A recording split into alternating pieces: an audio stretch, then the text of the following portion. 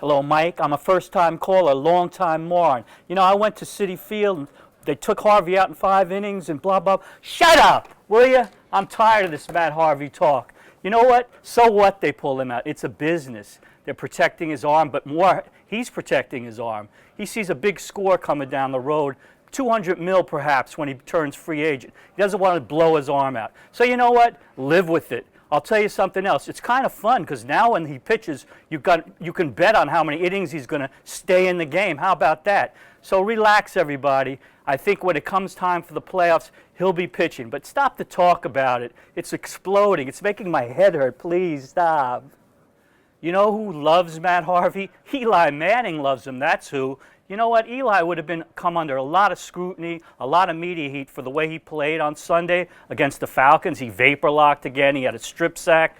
But Harvey, this Harvey story exploded him right out of the picture, provided him protection, provided him cover from the media crush. So now we'll have to see what happens with Eli. I don't know about this guy. You know, is it because he signed this big contract, or is this just the way it is? They're playing Thursday night against Washington, so maybe he'll be able to come back and change things around. But you know what?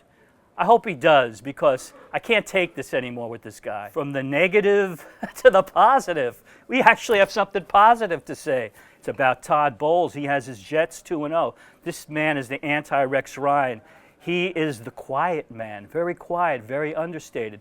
Guys that are ripping the Jets, like our own Manish Mehta, he loves this guy. He thinks the Jets are going to do well. And who could argue with them after the way they played against Baltimore? They made Andrew Luck look like crap. They were all over this guy. So what? Todd Bowles, he's in town. He's the anti-Rex, as I said. He's the new guy. He's a star. This guy's a star on the rise. Todd Bowles, watch him. It's time, that's time again, the end of the line for the whatchamacallit show. And the tweets, oh, what a love fest. Are they showing these to me before the show? What the love is pouring out for me. Here's one from Raul Herrera. He calls himself the Mets champ. He says he has a good question. He's talking about this column I wrote about Gary Cohen, the Mets play-by-play guy on TV. I said if they go to the playoffs, they shouldn't put him in the radio booth like they did in 2006. Anyway, he says, who is Bob Raissman? Who's Bob Raissman? He seems irrelevant compared to Cohen. That's no revelation. I'm irrelevant compared to anybody. I'm irrelevant. Come on, come up with some new material for me, all right?